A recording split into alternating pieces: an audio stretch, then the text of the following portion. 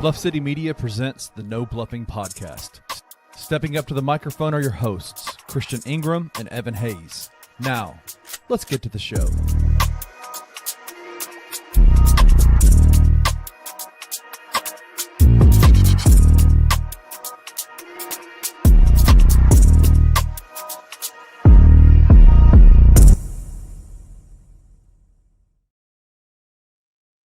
Grizz Nation, what's going on? I am Chris Ingram.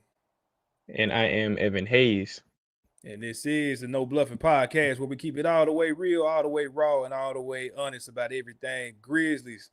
Welcome back to another episode presented to you by FanDuel. Appreciate y'all, the good people over at FanDuel, for sponsoring this Bluff City Media Network. Not just this show, but every show that you can catch on Bluff City Media, man. Shout out to FanDuel and all our partners, man, that y'all see in the commercials and in the chat and all that good stuff, man. So we appreciate y'all tapping in on this fine Monday. We are the glasses for your asses crew. Yes, sir. Yes, sir. We both. Hey, it's for different reasons. So my head doesn't explode, and for Chris, so he can see. So we have different reasons, but we gotta do what we can do so we can survive and function, and do this what we can do for y'all. So if y'all want to check our ass, cool, but it's needed. It's not a fashion choice. We need this. That's a fact. That's a fact. I'm out of contacts, and I just been so busy, I forgot to just order them. I can just order them, and they'll be in my doorstep, and I been tripping, but I've been working like you in the front of a computer every day, so probably good to get my eyes a rest, like you said, with all this technology and the glasses they got nowadays, man. So anyway, Evan, man, give me some good news, man. What's been going on your way, my brother? Man, it's been a week. It's been a very slow week because I got here a week early because of track and field. So last week was just formal meetings and all that, so that was just foundation stuff, meeting people moving in and stuff like that. But I have a very small announcement. I don't know, it probably doesn't incorporate the people that watch this show, but if y'all want to support your boy, y'all can tap in. Now I will be a pre-game, halftime, and post-game show host for the Alabama A&M football team for this upcoming 2025 football season. So I'll be traveling with the team every single game, home and away, in every arena that we're in. Just bringing my analyst to the football side. So y'all know I do basketball, so I'm trying to do my football too. So obviously, if y'all want to, pay that little fee to watch your boy, do his little analytical thing, y'all just shout your boy out. So yeah, I found that out, I think, Thursday, Friday. So yeah, that's been pretty dope. The first game is against University of Arkansas Razorbacks on August 30th. So that'll be my first time in an SEC stadium. So I think that'll be a good experience, just still trying to get my feet wet in this media space. It's just another docket to add to my belt. So I'm excited about that. But other than that, just been chilling, just I'm ready. Class start this week. My last year, senior year. So senior slash grad year. I'm seeing this my senior. This is my 4th year of school. So I'm excited, man. Just ready to get to it, ready to get to practice, working out and all that. And hopefully God bless me to have one more good final year. So that's all I got. What about you, boy? How was your week? Man, everything good this way, my boy. I don't got too much to report. I'm just glad to be done with school. Other than that, I'm waiting on that degree to hit the house so I can go frame it up here in the office somewhere. It was so funny. I didn't care to do none of that at first. I think my wife's around here somewhere up in storage or something. I was like, nah, man, now that it's done, you got to go and bring that junk out, plaster it up in the office. So other than that, just chopping that tree every day like we do, you know what I'm saying? Trying to get this wealth of health together as far as working out, staying consistent with all of that. So other than that, my boy, I ain't got nothing else besides itching for some damn basketball. Man, for real, man. I ain't gonna lie. The football is kind of, holding me over a little bit, but they only play on weekends right now, so that ain't been helping much, but it's better than nothing. Yep. But yeah, dog. I think Sane hit the group chat earlier today and said I don't know. It's so far up in the chat now, but I think he says 6 weeks away from media day. I'll take it. I need to know what media day is, because I if I can take the trip down. If it's on a day I can shake, I'll take a trip down for media day, because I need to be around some hoops somehow. So please, I think I saw some. I think we all day listening to folks Yeah, talk about shit they don't want to I talk think about. I think we like 50 some days from preseason. I think I saw that like 49, 50 days from preseason. So about a month and some change, So we almost Yeah, we there. We got close. think about it. We got 4 more episodes, 5 more episodes into Greasy basketball. So think about it like that. Woo. 4 to 5 more episodes to Greasy basketball. So if y'all can stay with us for the Man, next 40 episodes, then we'll have a lot more stuff to talk about and that'll be worth mentioning on. So, stick with us. hopefully. We on this ride like right along with y'all, so hopefully it rocks out for us. Man, I am stretching to make it to the finish line, my boy. I ain't gonna lie to you. It'd be some Mondays I'd be like, hey, bro, hey, just take the day off, my guy. I was talking to Slade. I think it was yesterday. I was like, man, I don't know. Y'all guys is going daily. I don't know how y'all do it. Salute to y'all Mm-hmm. because it's scarce out here. But we But can add some other stuff, incorporate some other stuff to the show, to make it through. yeah, We've done that before. This show was kind of built on this. So we can yeah, kind of get back to our roots in that regard. And to transition into that, my boy, it's a lot of music that's been coming out over the last couple of months, man. It's been a lot of dope music going on. I know you've been back and forth on road. What's in mm-hmm. the Hayes car? What you bumping, man? What you got going over there when you in the whip so far? What you listening to? Actually, recently, because I think his album just dropped, I think 2 days ago, 3 days ago, is Chance the Rapper's, new album, Starline.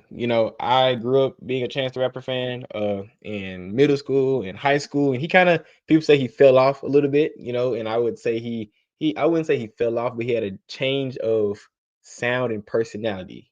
As a married man, you could probably say it's different about having a whole album about your wedding day and your wife, so being that he made a whole album about Yeah, that, but that wasn't it. there's a But little I will tell you, that song on there, it was called Eternal. I'm mad that song yeah, did it's not kind of get hard. the pub that it was supposed to get, because we played that song on my wet, bro. That jump bumping, bro. Like, you talking about a song that Yeah, just like vibe to, but the app he could probably hold yeah. away for real. Yeah. But now his last album he just dropped, Costana is I don't know if you've heard it, but it's kind of back to the old Chance, just him rapping over smooth beats, talking his talk, talking about his faith, talking about his life. Because it may have something to do with him being divorced now, which is kind of crazy. Because I don't know if I should be talking about a man's, failure of a wedding, but he bring good music, so He be all what right. can you do? So he'll be he'll be all right. But yeah, that's in my whip right now. I've been listening to a lot of the J. Cole like mixtapes. Of course, we know his albums, but like his mixtapes, like the warm up and Friday Night Lights. Those are the two. I think he recently put those on streaming a few months ago. So those are the three albums that's been in my rotation. King Meeks. First, you gotta put the chest back in, Chris, so people can see the chest that go. But yeah, he needs to get on Chance the Rapper, bro. He needs to get on Chance the Rapper. I know he's not for everybody's taste, but if you want to hear a guy talk over some smooth beats and talk about his life and some very different cadences, I recommend him. If he's not for everybody, he's for me. But Chris, I know you got kids, so maybe a little different what's in your whip because I know you got a lot of Coco Melon and Baby Shark in your car No, too. But absolutely besides, not. Absolutely oh, he not. said absolutely not. Oh, your babies No, don't do that. Mm-mm. nah, we ain't doing Mm-mm. that. Some stuff if we can't, as a parent, you'll learn this. If it's something that you can't sustain, don't start it, because your kids are gonna Mm. expect it every time. So no, don't. Coco Melon, all them. Now, my first, we did bump Gracie in the whip. Gracie Corner, y'all got kids, nephews, or whatever, nieces, y'all know what I'm talking about. But honestly, bro, like when I'm in the whip with them, it's it's a mix of a little kid music, a little jazz that ain't got no words, so we ain't got to worry about cussing in it. Yeah. Or my daughter, it's a Christian rapper that I think he's like gone viral, so she likes him a lot. I think his name is like Forrest Frank, Frank Mm. Forrest, something like that. So she loves him. She loves his music. I say she don't love him. She don't know what he looked like, but she loves his music. And so Yeah. we'll play that in the whip when we with the kids. But for me personally, when I'm by myself, um, Bryson Tiller just dropped the album. He's one of my favorites, so I've been bumping him a lot lately. More album for him. He got a double album that's coming, but it's more rap on this half. I think the second half is more really what I'm waiting on, but I've been bumping that. Yeah. What else I've been on? I've been on that Wiz Khalifa Cushion Orange Juice 2 for probably like the last 3 months. That gets heavy play in the whip. This Larry Jones, his last album. I be on that cool, smooth, like vibe music. If I'm listening to rap, I can't really get into too much other than I will say this been getting spins in my whip periodically. I probably listen to this more when I'm working out than when I'm driving. But that Don Trippin' Starlito, bro, that junk's so bumping. I ain't gonna lie. It's hard. It's hard. I listen to it. Yeah, for real. Little brother, Shout out to Wayno in the chat. My bro, Go ahead. Do you know this song? Same person. Oh yeah, I'm saying, do you know the song he's talking about? Because I don't know who this little brother. You got to put me on that one. I don't know who this is. I want to say they in the 90s or the 2000s. Wayno, I may be wrong. King Mix, you might know this too, but they like it's an older group, older rap group. They were more on the boom bap rap, but them kind of vibes, especially when I was growing up, the lo-fi era, like all of that. People be trying to do that now, but like they were a really cool low-key group. I can see Wayno definitely listen to that. That's dope for sure. He said, "Oh, it's an album NC group." Yeah, that's what I can remember where they were from, but man. Okay. Yeah, but salute to all the artists out there. What you got? Yeah, well, quick, like how different is it? Because everybody, if you work out with me, as a lot of people did, a lot of my friends today they trip over my workout playlist. How different is your workout playlist from your like regular everyday? Because on my workout playlist, I have like some rock music, some rap music, some gospel, like it just whatever it's feeling like. Mine is all over the place. So is yours pretty streamlined, or is yours kind of all over the place? I really don't have I got playlists in my phone that I will like play if I don't have anything to listen to that day. But most of the time, if I'm going to work out, bro, I have like an album playing. So like it could be now it is time where I put some R&B on, and it's so weird because I'm sitting here, you know what I'm saying, throwing the weight up, getting it up off me. And if I took my headphones off, folks would be laughing. They're like, "What this man? Like what? Why you listening to Sweet Lady or something?" You know what I'm saying? But a lot of times it's gonna be a rap album of some sort, probably some old school of some sort. And then you got the other days where, like I said, I just mix up. I may throw on my Blast playlist. Blast, one of my favorite artists. I got like a playlist with like 60 of his songs in there. I may throw that on. It just depends, bro, on what vibe I'm on. Yeah, I can't lift weights to gospel music. I don't know how y'all do that. I really don't. Nah. Sometimes you need it, bro. Sometimes it really depends on my mood. If I'm going to the workout and I know I don't want to be there, I gotta put on some gospel music, like okay, get my spirits up, because I know I don't feel like being in this weight room right now. So that's like starting off, that's like start. Then once I get into the mood, that's how I am with driving. Like the first hour, if you're ever in the car on the road trip, the first hour I'm always in the gospel music, like the first hour to get my my mind right. Bless the road and all that. Then I can switch to like the rap or whatever. But I always gotta start with gospel to get my mind right, especially not doing something I don't want to do. So everybody different. That's just me though. I feel you. Hey, I've heard that before. I just can't do it. It's like I'm not gonna say that, but it's a joke that Kev on stage got about praying before he does something very mischievous. Oh, yes, I've heard that. I like Kevin. He's a funny guy, but it's not for the airways, Chris. Let's keep it for those who know you know, but we can't speak about that on the BCM level. That's hilarious. Can't do that one. I swear. Well, man, we're going to jump into the No Bluffin news and get it popping. We got some very interesting topics to talk about today. And so we're going to jump right into that. I don't know why my computer or Shade Room. I said Shade Room. StreamYard. Don't know where that came from. Don't know where that came from. Oh, my gosh. Before we get into that, make sure y'all give us a follow on XR Pod page, man. We appreciate you tagging along with us over there. Chopping it up with us, gonna have a fun season on that page. But we're gonna start off with some NFL. Really ain't no NFL, but I guess it's in regards to the NFL. For those that don't know, you probably know. This past weekend, Dillon Gabriel threw shade at his teammate, Shedeur Sanders, or did he? He was asked mid-game, pretty much after he got done with his share of the preseason game, just a little bit about his performance and his outlook on competition. And instead of talking about how he played, he decides to make up a statement that he tries to later tie back to talking about the media, where he says that You have competitors and you have entertainers, and I'm a competitor, and that's what I'm out here to do. My boy, we ain't boo-boo the fool. We not boo-boo the fool. So he had been trying to clean that up. I don't think Shedeur will address it. I know somebody's going to try to soundbite him in some form of fashion. Thoughts on that whole situation? As of today, they actually announced that the starting quarterback is Joe Flacco. So neither one of y'all gonna be starting. You threw shade at your teammate. You say you want to be a good teammate, but you wasn't in that moment. So what's your thoughts on that whole situation, my boy?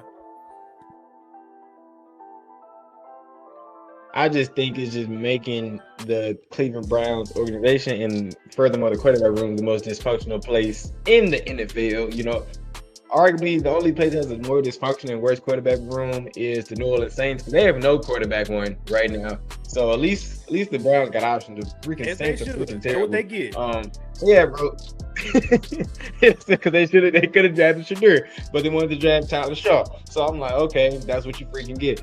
But yeah, man, you know, it's just kind of testy in that it's very like heated. You can imagine that locker room. Of course, everybody try to keep it professional, but these guys are competitors, like Dillon Gabriel said. But the fact you try to like cover it up, you know, and it just don't sit right with me. You know, like Shedeur Sanders, arguably, at least in my opinion, and coming from a biased Shedeur Sanders fan, I feel like he played better than Dillon Gabriel in the preseason action he got. Yes, Shedeur Sanders played dang near a whole game, and Dillon Gabriel played a little over a half and a half. So, like, you know, apples to oranges, but like, you can't say that about your teammate in the locker room. But the news also did come out that the head coach said it's not realistic at having 4 quarterbacks on the roster. I don't know if you saw that, but he did come out on record saying that. So very good chance either Dillon Gabriel or Shedeur Sanders will be shipped by the time, you know, the season starts, at least maybe the first week of the season. So, you know, if you talk about it, stand on it. Don't try to flip it up,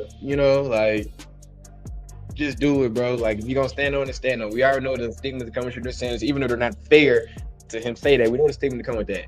We also know they both were at the top of the college football ranks last year when it comes to like the best quarterbacks in the nation. So they've been competing with each other for a little minute. You know, like Dillon Gabriel was a Heisman finalist, and Shedeur wasn't. Shedeur Sanders won the Golden Arm United Award, and Dillon Gabriel didn't. So like, they've been competing with each other for a long time now. So it's nothing new. It's just the fact the way he went about it was kind of grimy to me. But you know, it's competition, it's football. People gonna brush it over the past few days, and it was lame. But when Shedeur gets healthy, he had an oblique injury. So when he gets healthy, he'll be fine and keep cementing himself as the better quarterback. But that's all I got. What was your mindset on it?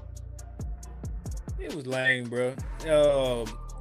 You know what? I learned about this in life, bro. When people have been talking about you behind your back, they haven't been bringing stuff to you. You just wait long enough, and they'll slip up and say some shit that they probably. If he could take that statement back, he would, and it ain't because we called him out about it. He just know that he done slipped up and said something in a private conversation that he shouldn't have said. But good on him, bro. You want to talk about being a good teammate? That was not being a good teammate. I'm sorry, bro.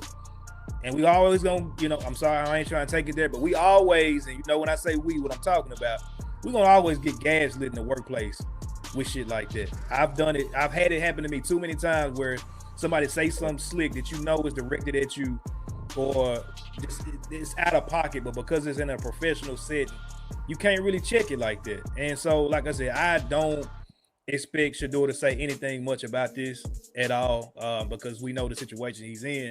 He can't move any kind of way flaw.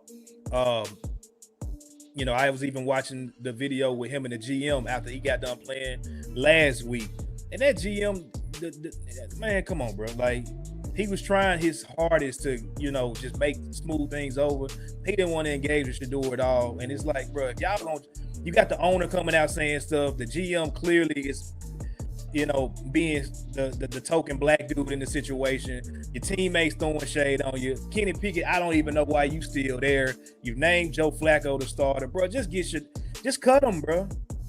Just cut him. I don't know who picks him up. It probably is the Saints because they just done shitted on themselves so bad with this whole situation. But yeah, bro. Good for y'all. Good for y'all that is you know, awkward in that locker room, because y'all have, you know, basically carried this whole situation in an awkward way. Dillon Gabriel, I promise you, if Myles Garrett or any of those other guys on the defensive end get a chance, they probably gonna knock your socks off in practice, even though they shouldn't, but they probably will. So watch your shoulder, my boy. They may. Yeah, they may do that. Yes. They go live one day. They go live one day in practice or in install. You say it may be a grind day because you may be on scout team. You may get scout team reps, and they can hit y'all on scout team. So you know you better hope, because you a lefty. You better hope your right tackle got your back, because the right tackle may say an Olay on purpose. Like, oh, my bad. Right. My bad. Boom. Yep. He got me on a double move, you know. Man. Boom. You know. I can't wait, bro. So yeah, whatever happens in that situation, it's all good.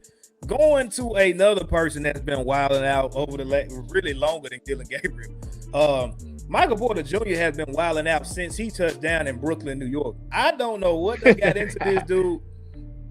I don't really keep up with him in the media too much, and it's probably just because he's a boring guy, at least from what I thought and what I saw.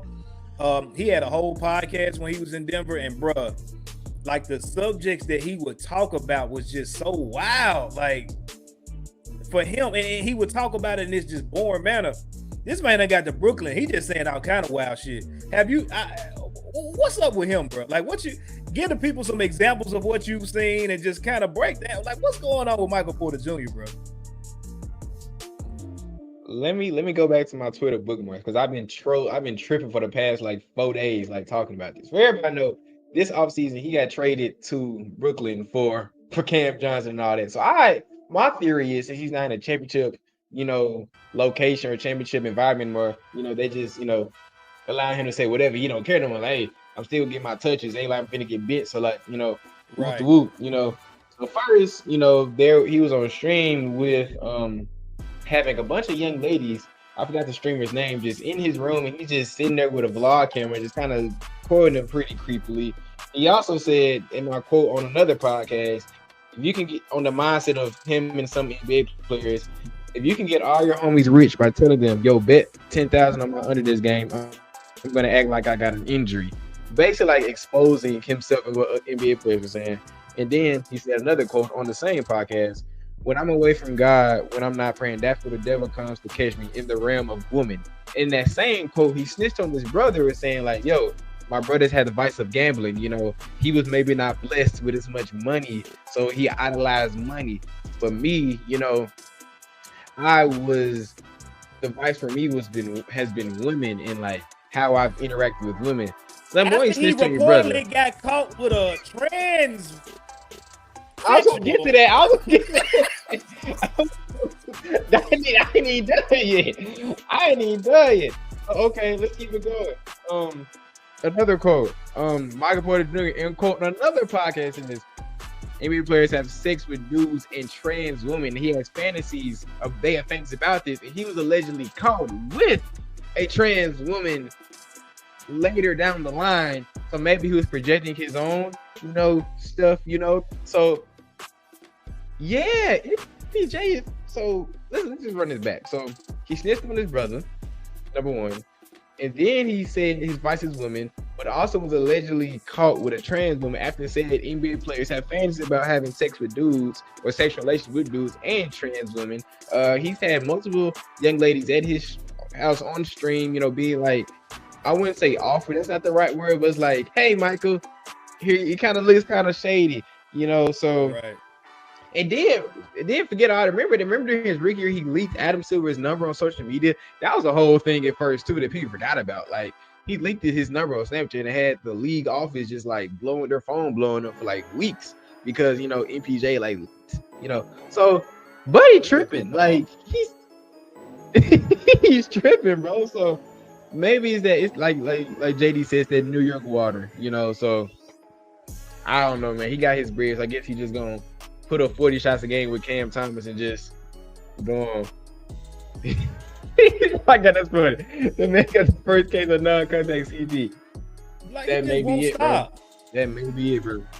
He just won't stop. Keep going. Like his PR team is probably on stir. They're probably working day and night. Like, Michael, just shut your mouth. Just stop talking. Just hoop and work out. But obviously he didn't get the mess. So whoever's PR team, they feeling right now. So yeah. MPJ is a wild boy. I don't get dude, bro. Like he's just talking too much. Like bro, just be quiet for one. It's one thing I think I saw today that came out. Hold on, I'm trying to pull it up now. He said, what did he say? Hold on. He said, he says the way that he picks it. Oh, it's two more things that you did bring up.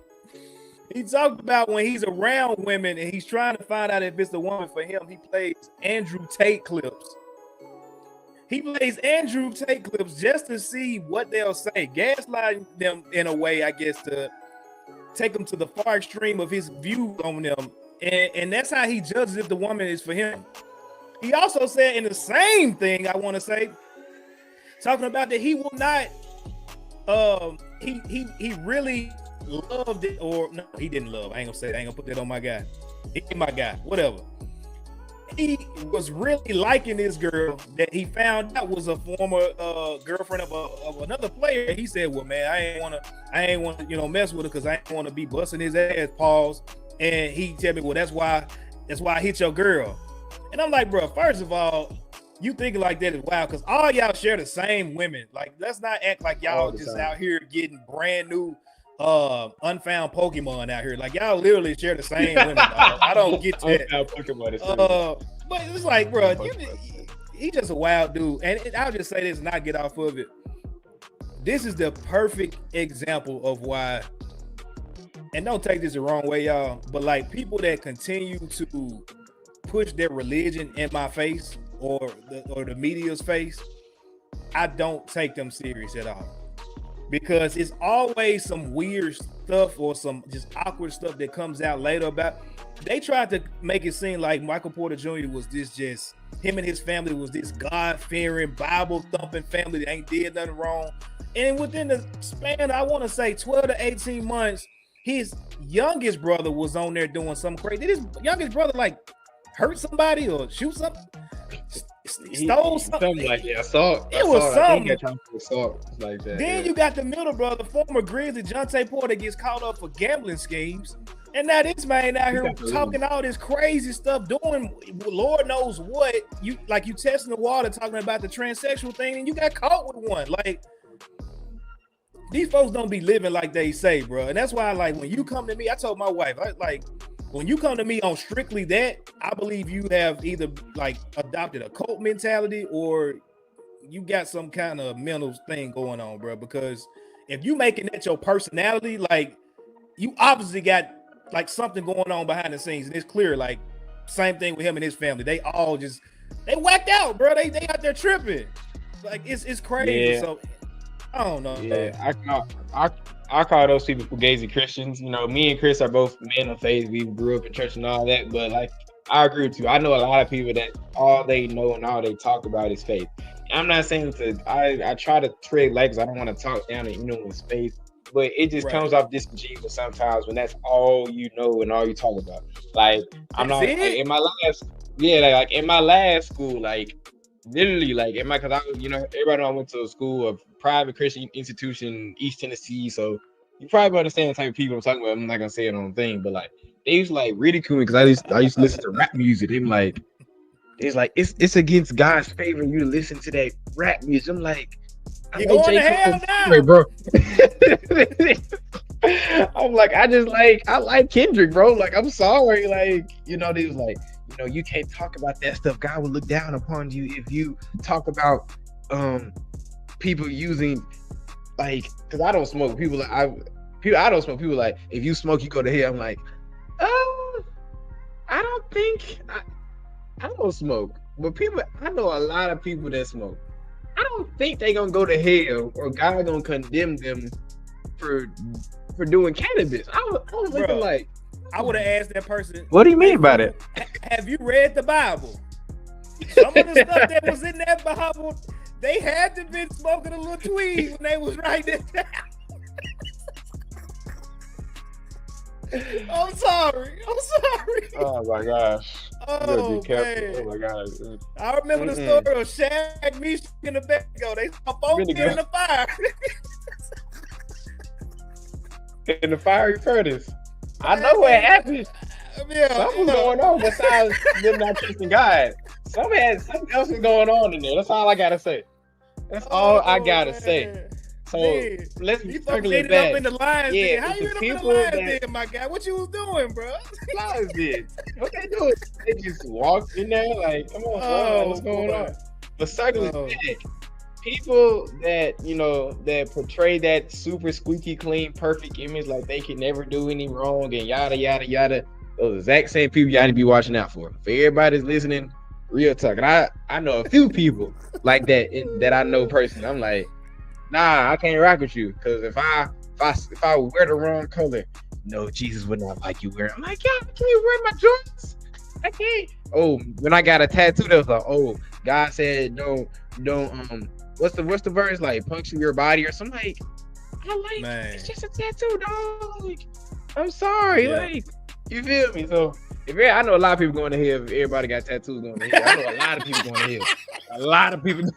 I know a lot of people that's going to hell. If having a tattoo means you going to hell, damn near half the population, we all cooked. So, yes, we are a proud sponsor of Trilogy Tattoos on the network. We send a bunch of people to hell. Yeah, exactly. Like, I like Trilogy. Trilogy is a nice little place. Kenny, everybody going to hell. That's good. We send my brother to hell.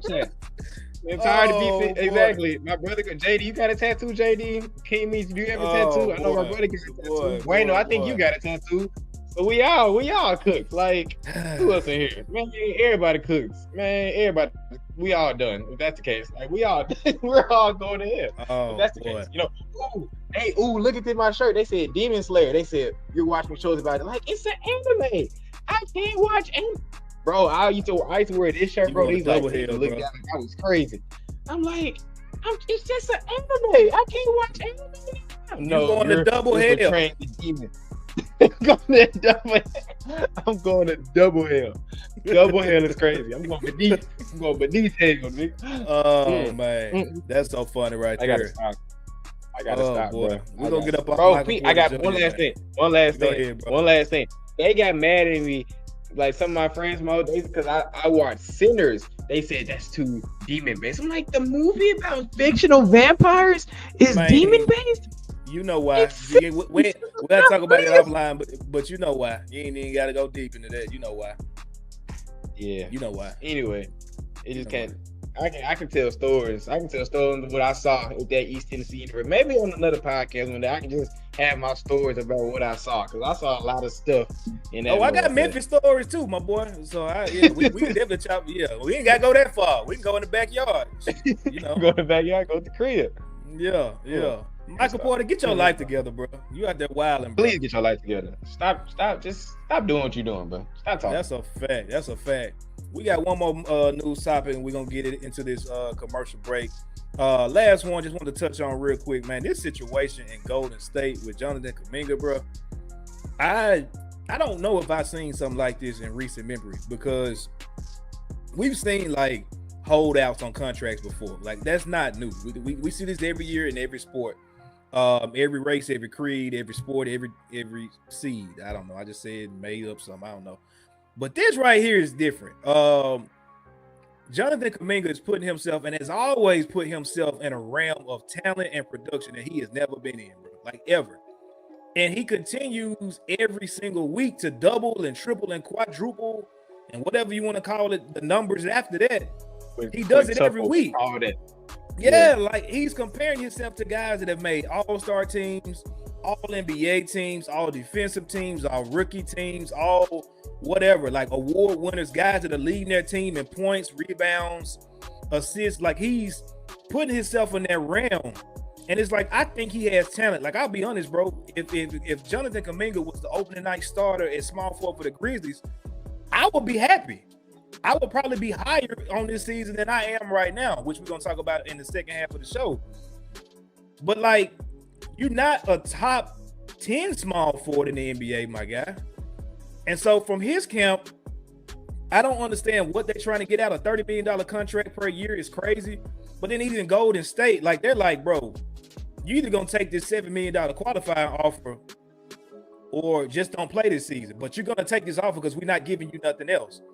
And so, like, just what's your thoughts on that situation, bro? It's super unique because you got a guy that clearly don't know his value, but he's probably finna hurt himself worse by holding out. What's your thoughts on that? I see this as a situation where if a guy bet on his potential instead of like what he's actually done in the league. Like Kuminga, undoubtedly, like he's a good young player. He was a part in their championship success a few years ago, and like he's had some bright spots. But I saw that, but I didn't want to put it on there. But I saw that I was tripping. But anyway, moving on. Like I feel like he's betting on what he feels like he can be. You know, like people, it's been well documented him and Steve Kerr butting heads. You know, like him thinking he should be getting started minutes, and sometimes he started like he's coming off the bench. You know, yada yada yada. But I feel like he's stepping his flag in the wrong camp, like about what he can be, what he should be doing. But he's not basically in the sense of reality of what he has done on the court. All the NBA is what you done for me lately. That's the name of the game. Like Kuminga, I feel like he's going to like year 4, you know, right now. I think year 4, year 5, something right. like that. Yeah, it sounds about right. You feel me? So like he should be entering that, you know, next phase of his career where he stopped being a young player and he's actually like a legit contender or contributor on a contending team, and he struggled with inconsistency on that. So this is a really weird situation that I don't see playing out like well for anybody. Like kind of like you said, I would love to have Dillon Gabriel on this team. Like I would love him, but do I really want that weird energy in my franchise? No, I don't know about that. You know, like so. It's a guy that has a lot of potential, at least a lot of upside, but I don't feel like he's going to maximize it because he's bringing all this baggage and he's seeing himself harder than he actually is. If you has year 1 Kuminga, yeah, you could probably say you could argue him being an all-star caliber player and yada, yada, yada, but he's been in the league for almost half a decade at this point. Like, you don't see you don't see most guys at year 4, year 5, year 6 have like a huge jump into like superstardom. Like, you don't see that very often. Not everyone's gonna be Giannis. Put him in? Like, what players would you like put him in a pool with if you had to compare? Like I put him like under like a Mikal Bridges, like or the OG. You know how like those like utility guys. Like I put him under that tier. You know, like because I think like when I'm young, so I think like an overall was like he's like a smooth 80, 81 overall in my book. Like 82 on a good. That's how I see like he could be that missing piece. You know, those guys are missing piece for a championship contender. He's right under that tier. That doesn't state you getting $15-20 million a year. Like those guys get $15-20-25 million a year. If you're not in that tier, you getting pretty much what you getting. So that's where I see him. I don't know where you see him, but that's why I feel like he's banging on potential outweighing production. Because if he was talking about production, he wouldn't be trying to ask for the money those certain guys are getting. Right. So do you think he's in a tier above or below Santi Aldama? Because you know what Santi got this summer. So because I see JK as a starter just on the right team. I don't know if I see Santi as a starter on the right team. I don't know. I can say like because my base mark, I put like the best him in like the Mikal Bridges type rim. So that's why I put that comparison. That's like the best version of what JK could be. Same thing like those wings that could be like missing pieces. So to answer your questions, I put Santi like half below JK because I personally, you know how I feel about Santi. I'm not going to use this opportunity to rake on Santi, but I give him in the right season, like you said, like, you know, yeah, I'll say about a half inch above Santi. You're talking about like tiers, like he's like in between that tier between those guys and Santi. He's like right in the middle right there. But also the team you have around you. Like on the Warriors team, like your value isn't gonna be as valued as a team like the Grizz that needs something like that. Like Golden State has proved to like reinvent themselves constantly, and I bet the GM over there and the front office think they're gonna keep doing that with or without Jonathan Kuminga. So you gotta understand the situation you're in as well. Yeah, I hate it for him, man, because I mean, dude's super talented. I wish he would just take. I mean, if they're not going to accept or extend your offer, you really kind of screwed. I think in the restricted space, I don't think you can renounce your own rights. You got to go ahead and play through this season and just see what somebody give you next year. The problem is, bro, even if the $30 million was out there, which we know it won't be, like no team is going to go sign him for $30 million next year. Nobody's probably going to even sign and trade for him at $30 million. So it's like, mean, Cam Thomas is going through the same thing in Brooklyn, bro. Like it's literally the exact same thing. Them guys ain't who they think they are, bro. And I hate to say that because I don't want to sound like I'm hating, but like, dog, them days of, you know, guys getting overpaid just to fill a roster spot just because it's time for them to get a contract is over. We're going back, and at least in my opinion, back to the days where, you know, guys like Cam Thomas is getting Lou Williams, Jamal Crawford money. Like, you're getting 6 man of the year money. You're not getting superstar or tier 2 money. You're not doing that. That's a crazy business decision. And so, although I'm all for everybody getting a bag and changing their family, you ain't earned it yet, bro. You just haven't. And like you said, Steve Kerr has definitely been the GOAT at sabotaging young players over the last couple of years. We've seen it with Wiseman. We've seen it with, you know, Kuminga. We'll see if he does the same thing with what's Carrot Top? What's his name? Redhead.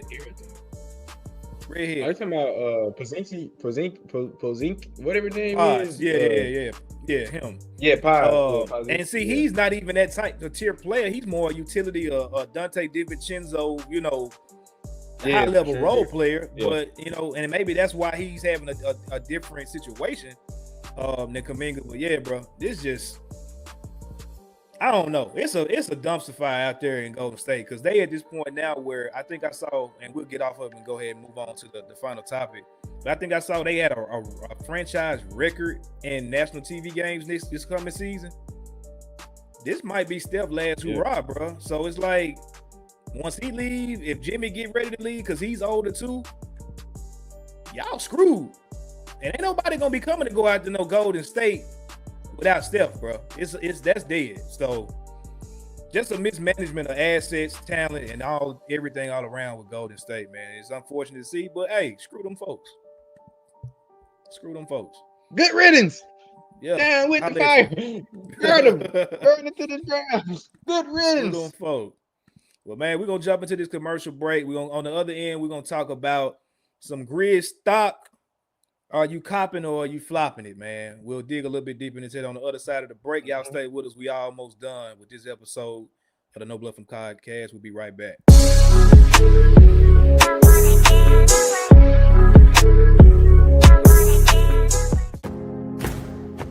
Looking for an alternative to alcohol or conventional medicine? Check out Ounce of Hope, a Memphis-based dispensary with 2 local stores in the Sanderland Center and on South Cooper Street. You can get all the products you need in a location convenient to you. Each store offers an intentional shopping experience with dedicated bud tenders to answer all of your questions, from product selection and mushroom blends to our personal favorite, the Delta 9 seltzers. You gotta try the Peach Buzz. Try Ounce of Hope at either one of their 2 Memphis stores or at www.ounceofhope.com for convenient products shipped right to your door. Use the promo code BluffCity for 15% off any order, excluding sale items. Cannot be used in conjunction with other promotions or discounts. One use per customer.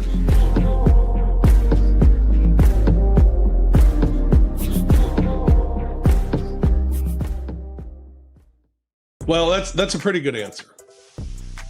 The correct answer is the Grizzlies will be better if Ja plays 70 games. We can talk all we want about who's going to play where and who's going to get the minutes, and Jalen's minutes and Coward's minutes, and KCP, is he starting? Is he coming off the bench? And is Scotty the backup point guard? And Ty Jerome, what sort of role is he going to have? And can he be really big for us? And, you know, how's Brandon Clark? We can talk all of that stuff. What matters for this team's success is that Ja Morant's playing 70 games. Period. Well, you know what? I can tell you this much. I want to argue with you, but I can't argue with you. The team is still built around him being great and available, and Jaren being great and available. Tune in to the Night Court Podcast with your hosts, Rob Fisher and Brevin Knight, on the Bluff City Media YouTube channel.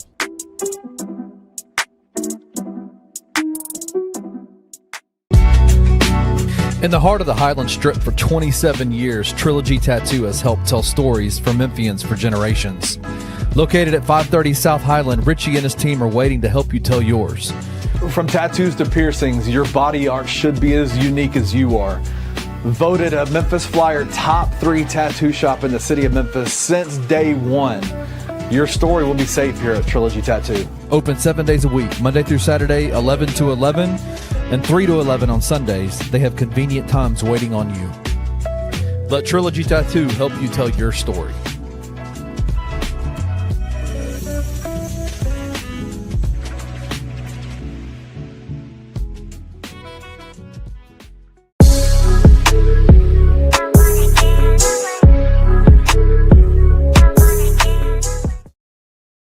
Welcome back to the No Bluffin podcast, where we keep it all the way real, all the way raw, and all the way honest about everything Grizzlies. Saying, appreciate you tapping into the show with us, my boy. We're gonna go ahead and get into this last topic, man. Grizz Stock copper flop, man. Little people have already, most people, I ain't gonna say little amount of people. Most people have already talked about the Grizz. Shout out to FanDuel, or not shout out to y'all for putting us so low, but it's all good. Shout out to FanDuel. I'm just messing with y'all. The Grizz going into next season Shout out FanDuel. at basically even odds to be, 41-41 next season. Their win total is 40.5. So that's insane to me personally. But I have seen some rumblings. I ain't gonna say it's been a total fan base thing, because I think most of the fan base is kind of just even killed this offseason. The expectations are kind of much lower than seasons of past. But it is, some people cause concern that the team is not going to make the playoffs. We'll be in the lottery next year, things of that nature. I don't understand that, and I'll talk about why here in a minute. But as far as the next season, bro, just with that win total being set there, with the moves that the team made, and the outlook of the West, maybe even the East, the team, the NBA as a whole, what's your thoughts on the teams? I don't want to say success, but just where they end up next year. Do you feel like, based on the moves they made, the injuries that's involved, which should be good for the majority of the season, do you feel like next season, like if you were a betting man, or I know we bet a little bit over here with FanDuel, would you put your money on them being under that win total, and why? Do you feel like the people that are down on next year, do you understand where they're coming from? Or are you looking at this season as a much more optimistic? I know I am, but I want to kind of hear from you, your whole just ideology on all of that. Yeah, I completely understand why people have a somewhat, I'll say, pessimistic mindset when it comes to this upcoming season. We didn't make any like the big splashy moves. Like, I know we was rumored to get DeMar DeRozan and Zach LaVine and Cam Johnson and like all the OG, like RJ Barrett. Like, even I suffered from like playing with that, that what's that? I won't say storyline, but that narrative, these big splashy guys that we never get, Right. what we don't Right. get. But honestly, I still think 40.5, that spread is kind of laughable. Like, I don't think people are really understanding what this roster could be. Like, we still have a top 10 and top 15 player on the roster. With the history of the NBA, you have a top 10, top 15 player in the roster, and they play 60 to 70 games. Like, you're gonna be in a very comfortable spot in the playoffs. Like, we have multiple all-stars on this team. Teams with 2 all-stars most of the time make their way into the playoffs, and they're not squeaking by a spot. They figured Like, it out. Yeah. we got better with Ty Jerome. We got better with KCP. Like, we have the emergence of Jalen Wills. Hopefully, Gigi Jackson has an emergence this year. We still have a lot of question marks with Cedric Coward and Jamal Mayshek. Whenever that still hasn't come out, which is kind of weird that his 2-way deal still hasn't came out yet. But anyway, Cedric Coward, and people are like having these high expectations for him. But I honestly think the low expectations for the season kind of works in our favor, because in previous seasons we've had these high expectations, like, oh, NBA final, West Conference finals. Then when we ultimately don't meet those expectations, then people are like, oh, we should trade Ja Morant, and all these like crazy narratives that go along with it. I genuinely think we're going to surprise a lot of people this year. Like, I honestly feel that way. And it's all predicated on what like Rob and Brevin said in the commercial. If Ja Morant plays 70 games, like, if Ja Morant plays 70 games, we're a 50-win team. I feel like that's been the history. I feel like that's been the trend. I don't see that trend stopping with him a year getting better and under a coach with competence. I don't see that being completely like outside the question. I don't think like we can get 50 wins, and 50 wins can get you a top 6 seed in the Western Conference 9 times out of 10. Shit, So I better feel than like that. we have all the pieces. Yeah, like at least 50. That's my number. I want to say between 50 and 54, but that's in my head what I have. But as I was saying, the more you look down this roster, we have everything we need to be a competitive team in the Western Conference. Like we know teams are getting better around. We know the Mavericks and we know the Spurs and all these other teams around it, and the Lakers and yada yada yada. Like they have these big flashy, like, ooh, look at me, like type moves. But we have holistically built a roster that can compete with Dana or anybody in the Western Conference. Am I saying I'm taking us over the Thunder in a 7-game series? No, I'm not saying that. But I feel like we can compete with them like way better than we did last year. Yeah.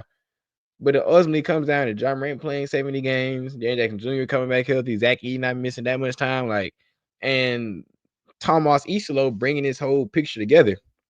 So to answer your question, I'm flop. Like I feel like 40 and a half is very doable and very easy, and we will surpass that. Like we were 40, we were 48 and 34. We were 48 and 34 last year with all the injuries that we had. You said we can't win 2 more games with everybody healthy? Like, come on. Like we were Yeah, 2 games away from 50 wins last year. yeah, You tell me if John Morant plays 5 more games. Let's say he's at 55. Let's say because he played 50 games. Like, let's say he plays 55 games. You tell me we can't win 2 more games? If he plays 10 more games, it's 60. You tell me we can't win 2 more games?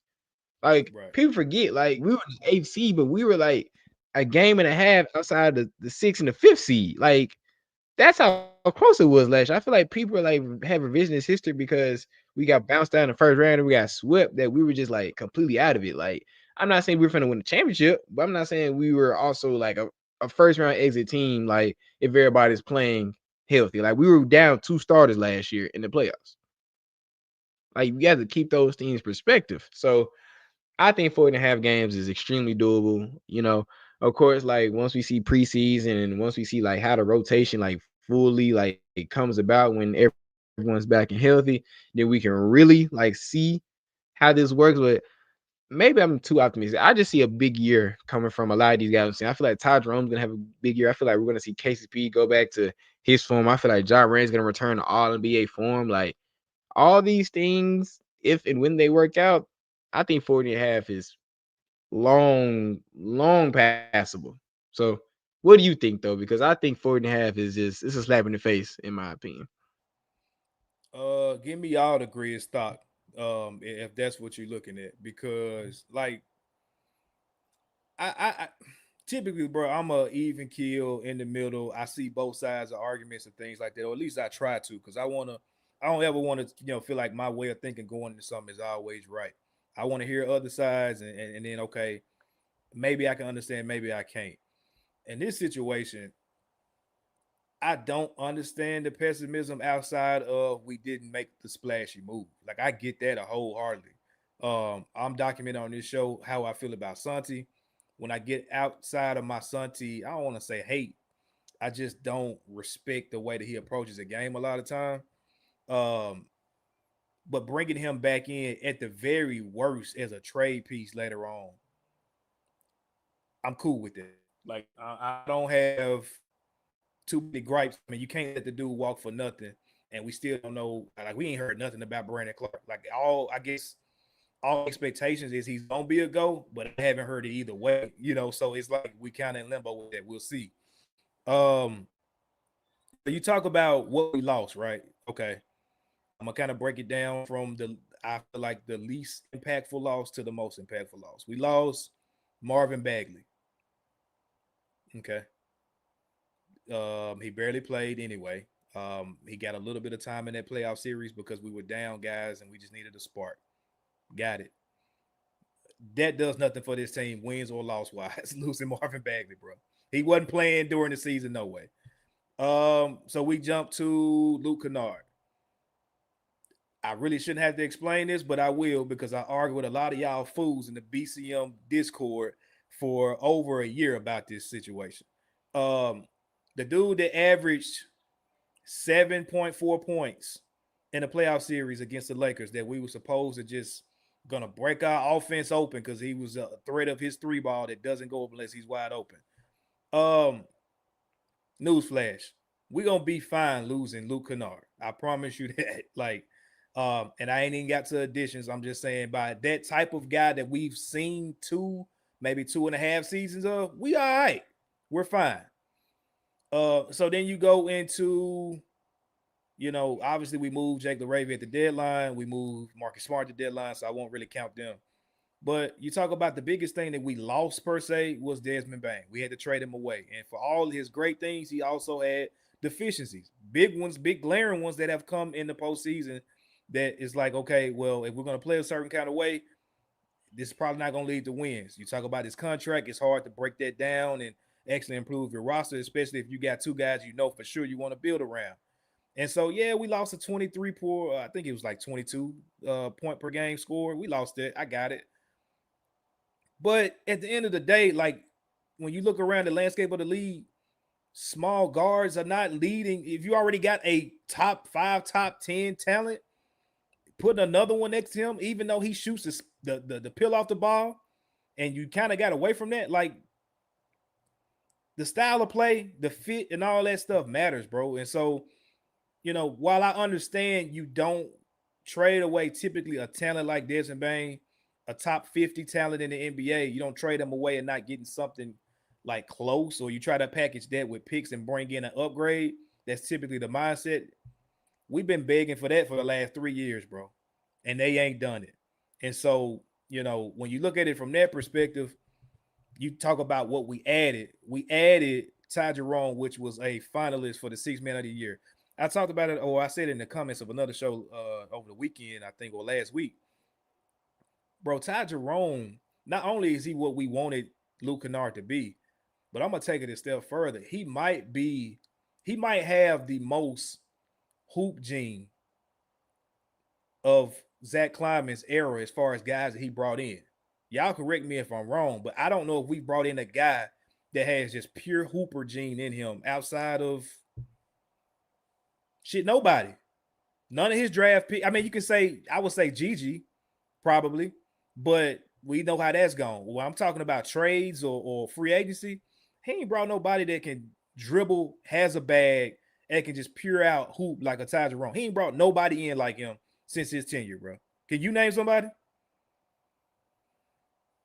Nah, and I just want you, for the people that may not be speaking our language, define what you mean by hooper gene. People are like, what about Ja Morant? But Ja Morant's a exponential times. We're not counting him right now because he's obviously, So explain what you mean by hooper gene real quick for the people. Ja is a pure hooper. You can drop him off in Orange Mound, the precinct, anywhere. He gonna play basketball. We know that. I'm talking about guys that are supporting him. Like you said, it's taking him off the board. As far as hooper gene, I'm talking about somebody in that same breath that you can go drop off at any gym in America, and they just gonna flat out get buckets. They shoot. They have a bag that's effortless. They can get to their shot effortlessly. They're not out there dribbling the hell out of the ball. These are the guys that if I'm playing 3 dribbles or less, they're gonna probably beat you 9 times out of 10 because they just have a bag, bro. And if you don't believe me, go to his social media. Go to his Instagram. Go to Brick's Instagram.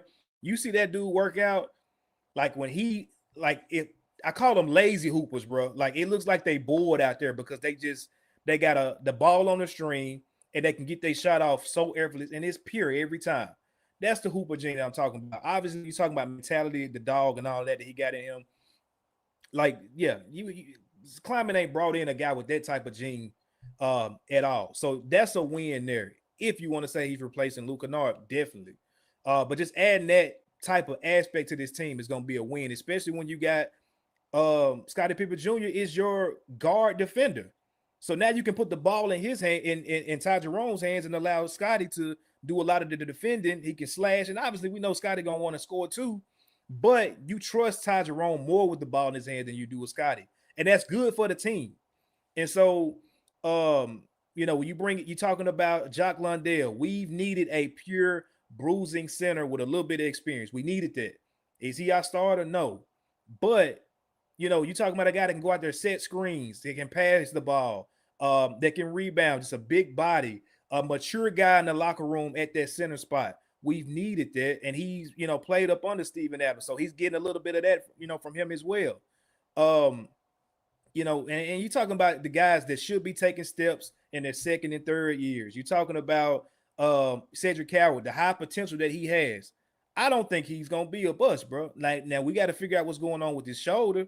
But if he goes into the season healthy, I got a lot of optimism on that guy. I got optimism to play team ball and just fit his role as far as Jalen Wells. I got optimism with Gigi. I don't know where he's gonna land in the rotation with those other two guys, with a KCP, with the Santiago Aldama coming back, but even going with KCP, championship energy, dog mentality, bro.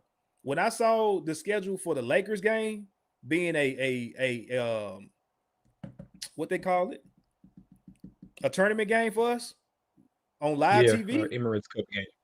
Yeah, man, I can't wait to KCP get up in Marcus Smart face. I can't wait. Smoke, real smoke, man. Man, real like KCP on that type of timing, bro. But he can back it up, and he can hoop a little bit, and he's gonna play his role, and he's gonna be the OG that these guys been needing. Now, I ain't saying we're gonna win a championship or nothing like that, but when you factor in, maybe you don't want to call them additions, but the swap outs that we had over this season with guys taking a leap. I don't want to get into the whole Ja Morant playing games, because any team that has an injury to their main player, they're gonna lose. They're gonna suck. That's period. Like, so we don't have to keep even talking about that with Ja. Now, like, I'm banking on my guys having regular rest games, regular knick-knack injuries, playing 60 to 65 games. If they play over that, great. If you can give me 57 to 60, I'm cool with that.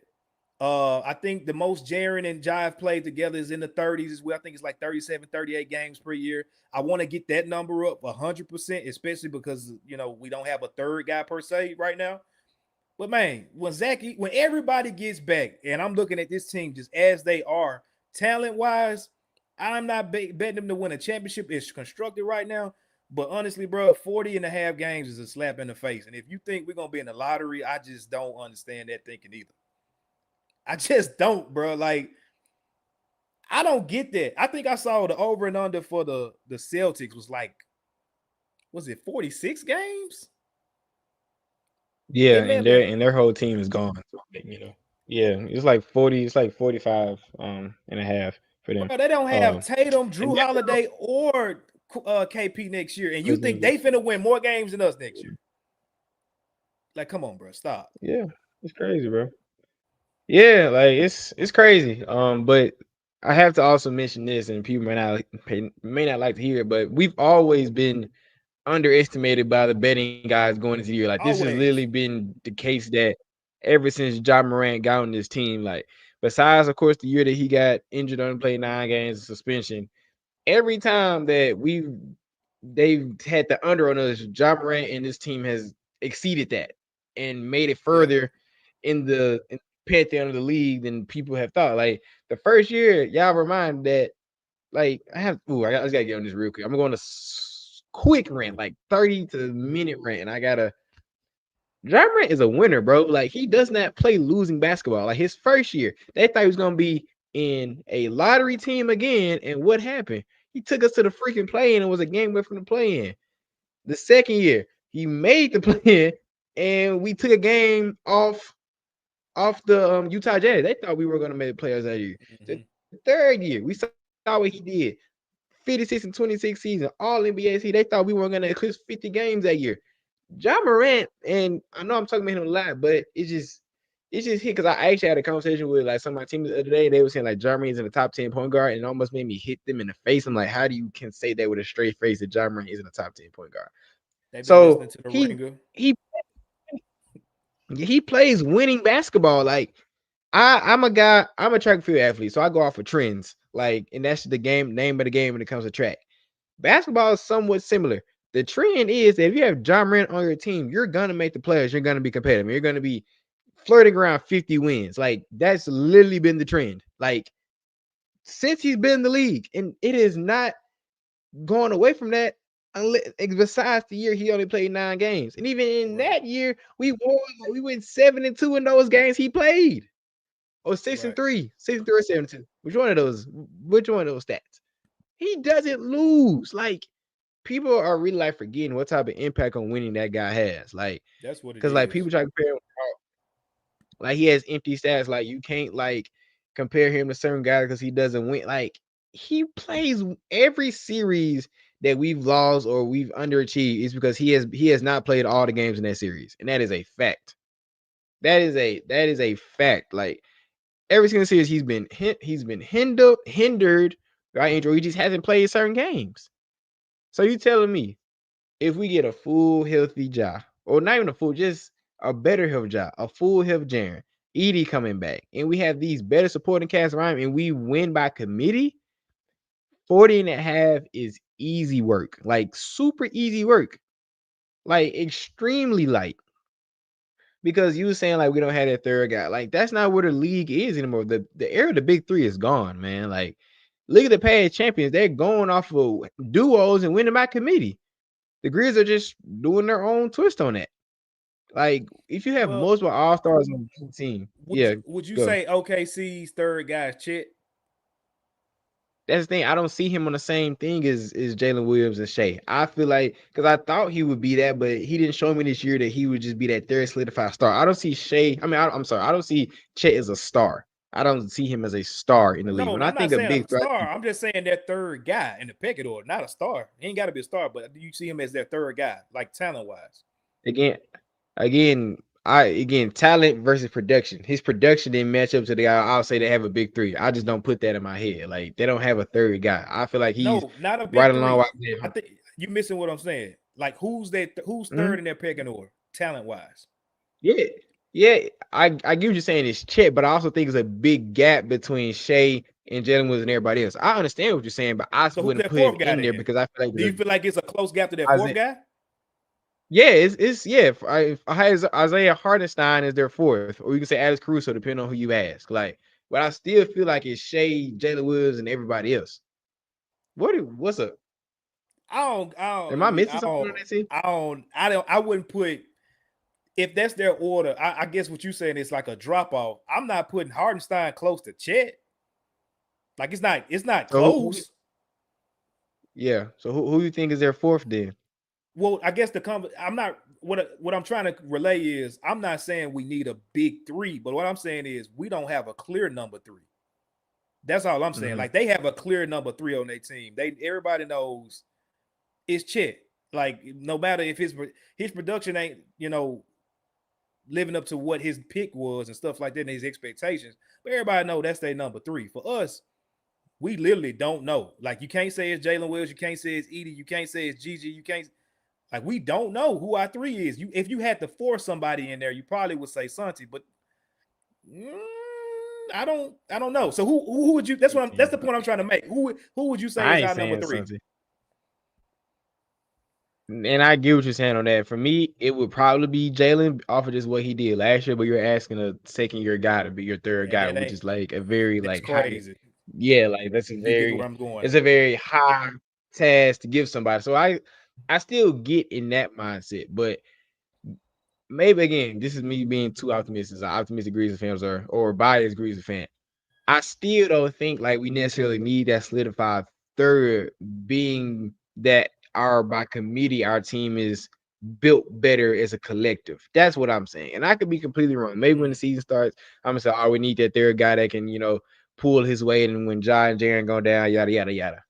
I just think this team is built to win off of what we have. We don't necessarily need that third guy. That's just my opinion. It might be completely wrong. It might be Ty. Ty might come out here and go crazy. Yeah, and Ty could be that guy off the bench that like, yo, he ain't starting the game, but he gonna be in that final five finishing because we just need a guy that can create offense for himself. So that may be Ty Jerome, and if he is, that's probably what I would say honestly, because he has the most experience like of just like playing high level basketball like outside of Ja and Jaren. So I'd probably say Ty. And, like, he's been winning championships since college. Like he was a dog at Virginia Tech, so probably say Ty. But again, I haven't seen him in the Grizzly jersey, so I go off what I've seen in the Grizzly jersey. So. But to wrap it all up, I still think we have enough. Like with John Jaren plus the supporting cast around, I feel like we have enough to compete with anybody in the league, West, East, division, whatever. Like I just simply do. And if I'm wrong, I'm wrong. But 40 and a half, I'm taking the over on that 10 times out of 10. Yep. I mean, it comes down to obviously. I don't want to talk about health. Anybody that get an injury, it's over with. Like I said earlier. But if, like you said, if Ja's playing, we got a chance every single night, bro. I don't care what y'all talking about. I don't understand how you watch Ja for 6 years and you don't understand the dude that we got. I don't understand that, bro. I really don't. I get the injury concerns. I get he's had injuries, every single year. Jaren used to be like that. Maybe not as much as Ja, but it was a point where we didn't know if Jaren was gonna ever have a healthy year, bro. And for the last couple of years, he's been Mr. Reliable for us. Maybe it's time, for Yeah. Ja. Maybe it's that good juju shaking back this way. We'll see. But I don't count on him being out for 40 games. Like that's just stupid. No team is counting on that. I'm counting on the dude being there. And if he is there, then bro, yeah, like we're gonna be better than that. So anyway, Yeah. I ain't gonna lie. Did you see the line for the Suns? What's the Suns line? It's like 30 something, bro. It's like 30 games, 33 games, 30. Yeah, they're gonna I be back. I That think that's pig looking disrespectful. smooth. I don't know. Devin Booker, Dylan Brooks, Jalen Green. It ain't attractive, but it'd be hard for me to think they Who gonna all play they, defense? Who shit. gonna play defense outside of DB? Outside of Yeah, DB, exactly. Who gonna play defense? shit. Somebody got Marcus to Allen. guard. Shit, I don't know. he may I take don't know, somebody's bro. ankles out. Like somebody got to Yeah. play defense. So I think the Grizz. I'm This is taking. another thing too, and we can go off of this. I think the Grizz gonna make a move mid-season too, depending Oh yeah, I think so upon too, depending upon for sure. how the GG said situation looks. Uh, because this is what they really banking on is small forward. Basically, I think they make a move before the deadline because, like we just said, I think they're gonna be better than what people are projecting, bro. And so Me when too. you start to see where you come in the next season, Ja looking good, Jared looking good. That you should. Those two guys should. But if Edie comes back taking a step, if Jalen comes taking a step, if the supporting cast are doing what they supposed to do, and you look up and this team again is like top 3, maybe even top 4. I ain't gonna lie, bro. I think they gonna probably make something shake, but we'll see. We'll see. I think so. I don't think so. I feel like, and hopefully, Kleiman isn't. He's able to get a deal done. But I generally feel like this is my overall prediction. If I'm wrong, we're wrong. We're gonna be top 4 going to trade deadline, and Zach Kleiman be like, "Oh wow, we're better than we thought. Let me make a big swing for a guy to get that last push for a championship. Actually, so we can actually compete, and then we'll get that guy." That's what I honestly think is gonna happen this year, like wholeheartedly, like.